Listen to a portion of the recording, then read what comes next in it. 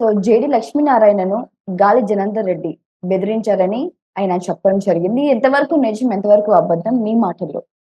JD Lakshminarayana ఒక ఆహ్, సంచలనమైన ప్రకటన చేశారు. ఆయన నన్ను గాలి జనార్దన్ రెడ్డి చంపబోతున్నాడు అని ఆయన విశాఖ కమిషనర్‌కి ఒక మెమోరాండం సమర్పించారు.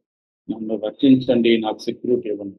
ఒక మాజీ సిబిఐ ఆఫీసరు ఇలాగా ఒక ముద్దాయి నన్ను చంపబోతున్నాడని చెప్పడం బహుశా దేశంలో ఇదే ప్రథమం. ఎందుకంటే ఆయన సిబిఐ ఆఫీసర్‌గా ఉన్నాడు. సిబిఐలో జాయింట్ డైరెక్టర్‌గా, అందుకనే ఆయన జేడీ అంటారు. యాక్చువల్‌గా ఆయన పేరు వివి లక్ష్మీనారాయణ.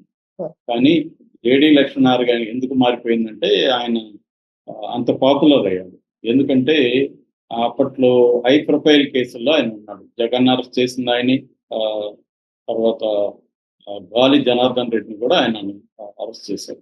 ఇప్పుడు ఆయన గాలి జనార్దన్ రెడ్డి ఎందుకని ఆయన్ని చంపాలనుకుంటున్నారు అనేది చూస్తే, గాలి జనార్దన్ రెడ్డి ఓబులాపురం మైన్స్ కేసులో ఆయన్ని సిబిఐ అరెస్ట్ చేసి జైల్లో పెట్టింది. చెంచల్గూడ జైల్లో ఉన్నాడు ఆయన.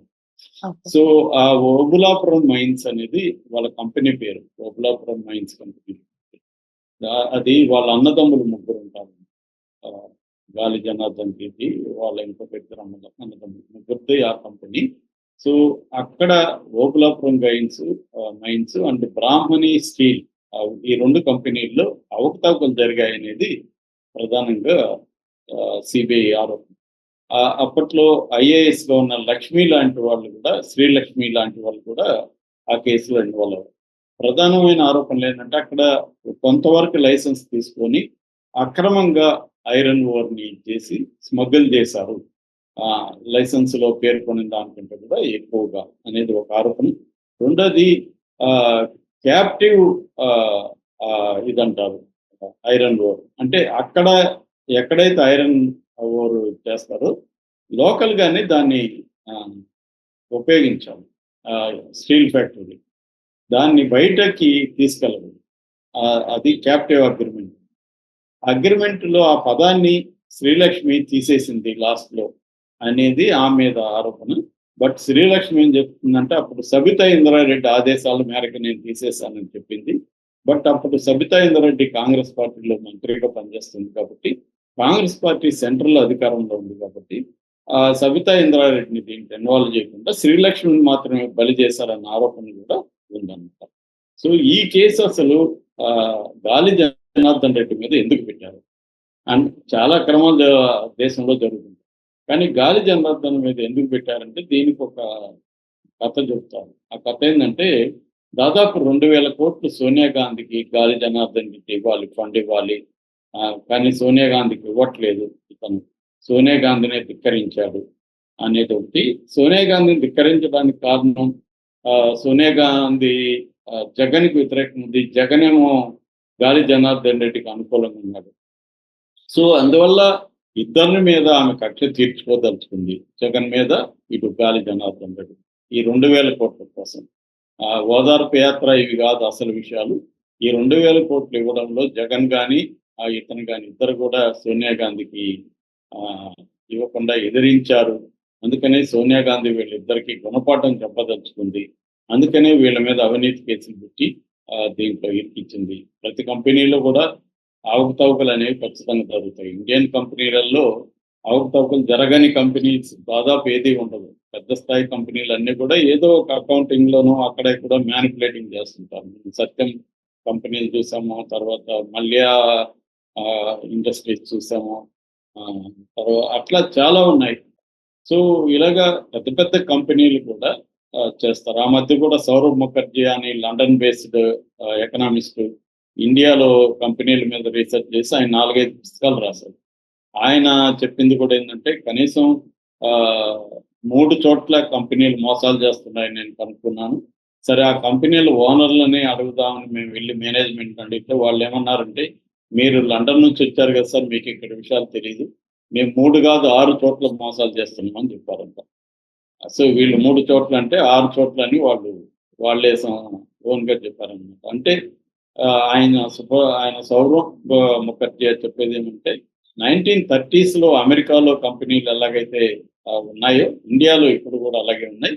గవర్నమెంట్ ప్రాపకంతోనే ఇండియాలో కొన్ని కంపెనీలు చాలా త్వరగా పైకి వస్తున్నాయి. అది మనం అదానీ లాంటి కంపెనీలు, అంబానీ లాంటి కంపెనీలు చూస్తున్నాం. అదానీ అయితే దాదాపు 65 రెట్లు ఈ మధ్య కాలంలో ఆస్తులు పెరిగాయి. కరోనా టైంలో కూడా అతను విపరీతంగా పెరిగింది. దాని వెనుక మోడీ ఉన్నాడనేది అందరికీ తెలుసు. అందుకని ఇద్దరు గుజరాతీలు భారతదేశాన్ని అమ్మేస్తున్నారు అనేది ప్రధానమైన విమర్శ. అంటే మోడీ, అమిత్ షాలు కలిసి అదానీ, అంబానీలకు భారతదేశాన్ని అమ్మేస్తున్నారు అని అందులో ఎంతో కొంత వాస్తవం అయితే ఉంది. సో ఈ కాంటెక్స్ట్ లో ప్రతి కంపెనీలో ఏదో ఒకటి జరుగుతుంటాయి. తమను ధిక్కరించిన కంపెనీలు, తమకు ఫండ్ సరిగా ఇవ్వని కంపెనీల మీద వేధించడం అనేది సెంట్రల్ లో ఏ పార్టీ అధికారంలో ఉన్నా చేసే పని. స్టేట్స్ లో కూడా చేస్తారు. అది స్టేట్స్ లో ఇప్పుడు ఫర్ ఎగ్జాంపుల్ మెగా కంపెనీ మీద చేస్తున్నాడు ఎవరు, రేవంత్ రెడ్డి. Yes. రేపొద్దున్న రేవంత్ రెడ్డికి అతను ఫండ్ ఇస్తే మెల్లగా కేసు వీక్ అయిపోతుంది ఆటోమేటిక్. Yes. ఇదంతా ఏంటంటే తమకు కొత్తగా ఎస్ఐ వచ్చినప్పుడు టౌన్ లో స్ట్రిక్ట్ గా ఉంటాడు 4 రోజులు. తర్వాత అందరూ వెళ్ళి అతని పూలగుచ్చాలు ఇచ్చి, సార్ మీ వాటా మీకు ఇచ్చేస్తాం సార్ అని చెప్తే మళ్ళీ కూల్ అయిపోతుంది. అలాగా ముఖ్యమంత్రులు కూడా వచ్చినప్పుడు మేము అది చేస్తాం కుంభకోణాల మొత్తం బయట తీసేస్తాం ఎగురుతారు. 4 రోజులు వెనక్కి ఏముండదు. ఇప్పుడు రేవంత్ రెడ్డి పెట్టుకున్నవన్నీ కూడా ఏవి ముందుకెళ్ళవు, నేను ఖచ్చితంగా చెప్తున్నాను. ఎందుకంటే అవన్నీ కూడా మళ్ళీ సర్దుకుంటాయి అన్నమాట. ఎక్కడెక్కడ ఏమేమి సర్దుకోవాలో సర్దుకుంటాయి. అలాగా గాలి జనార్దన్ రెడ్డి చేసే అక్రమాలన్నీ కూడా అంతవరకు సైలెంట్ గా చూస్తున్న సోనియా గాంధీ తనకు కప్పం కట్టాల్సిన పరిస్థితిలో కప్పం కట్టకపోవడం వల్లే గాలి జనార్దన్ రెడ్డి వేధించింది. ఆ వేధించే క్రమంలో ఎప్పుడైనా ఒక పొలిటికల్ పార్టీ వేధించదలుచుకుంటే సెంట్రల్ ఇన్వెస్టిగేటివ్ ఏజెన్సీల ద్వారానే వాళ్ళని వేధిస్తాయి. సిబిఐ కావచ్చు, ఈడీ కావచ్చు, ఐటీ కావచ్చు, ఎన్ఐఏ కావచ్చు, ఇలాంటి సెంట్రల్ ఇన్వెస్టిగేటివ్ ఏజెన్సీల ద్వారా వేధిస్తాయి. అలాగా గాలి జనార్దన్ రెడ్డి జగన్ ని వేధించి జైళ్లలో పెట్టారు. సో ఈ ఇన్వెస్టిగేటివ్ ఆఫీసర్లు కూడా ఒక్కొక్కసారి ఏంటంటే ఎక్స్ట్రాగా బిహేవ్ చేస్తుంటారు. ఓవర్ యాక్షన్ అంటాం కదా, సినిమాల్లో మన రాజశేఖర్ లాగా ఓవర్ యాక్షన్ చేస్తుంటారు. వాళ్ళకి పవర్ ఎంత ఉంటే అంత చేస్తుంటారు. అలాగే అప్పట్లో జేడీ కూడా అంత ఓవర్ యాక్షన్ చేశాడు. మొత్తం లీక్ చేసేసాడు మీడియాకి అనే విమర్శలు ఆయన మీద. ఇప్పుడు ఆయన మాట్లాడుతున్నాడు కానీ గతంలో ఆయన మీద కూడా ఈ విమర్శలు ఉన్నాయి. తెలుగుదేశానికి అప్పట్లో జగన్ ని ఏమేమి ప్రశ్నలు అడిగారు అవన్నీ తెలుగుదేశం మీడియాకి లీక్ చేస్తే రోజు వచ్చేది అన్నమాట కథనాలు తెలుగుదేశం మీడియా. మామూలుగా నేను చాలాసార్లు చెప్తుంటా, బీజేపీ అనేది వాషింగ్ మిషన్, దాంట్లో చేరగానే క్లీన్ అయిపోతుంటారు. గాలి జనార్దన్ రెడ్డి మీద సిబిఐ కేసులు అన్నీ ఉంటే కూడా సిబిఐ కేసులు ఉన్నాయి, ఐటీ కేసులు ఉన్నాయి, లోకాయుక్త కేసులు ఉన్నాయి, అన్నీ ఉన్నాయి గాలి జనార్దన్. కానీ ఈ మధ్యనే గాలి జనార్దన్ రెడ్డి బీజేపీలో జాయిన్ అయ్యాడు. సో ఇప్పుడు ఆయనకి బీజేపీ సెంట్రల్లో ఆయన పవర్ ఉంది కాబట్టి అప్పుడు తనని వేధించిన వాళ్ళ మీద ఆయన కక్ష తీర్చుకునే అవకాశం ఉంది. ఎందుకంటే ఆయన దగ్గర వేల కోట్ల డబ్బు ఉంది. ఇప్పుడు అధికార పార్టీలో ఉన్నాడు. తనకి రౌడీజం, బళ్ళారి బ్యాచ్ అంటేనే అందరికి హడలు అనమాట అప్పుడు. సో ఆయనకి అన్ని హంగులు ఉన్నాయి కాబట్టి ఖచ్చితంగా జేడీ లక్ష్మీనారాయణకి థ్రెట్ ఉండే అవకాశం ఉంది. అందుకనే జేడీ లక్ష్మీనారాయణ నాకు థ్రెట్ ఉంది అనేది చెప్పాడు. దీన్ని బట్టి అర్థం చేసుకోవాల్సింది ఏంటంటే అధికారంలో ఉన్నప్పుడు పోలీస్ ఆఫీసర్లు తమ అధికారాన్ని దుర్వినియోగం చేయకూడదు. ప్రతిపక్షాల మీద తీవ్రంగా పర్సనల్గా విరుచుకుపడడం చేయకూడదు.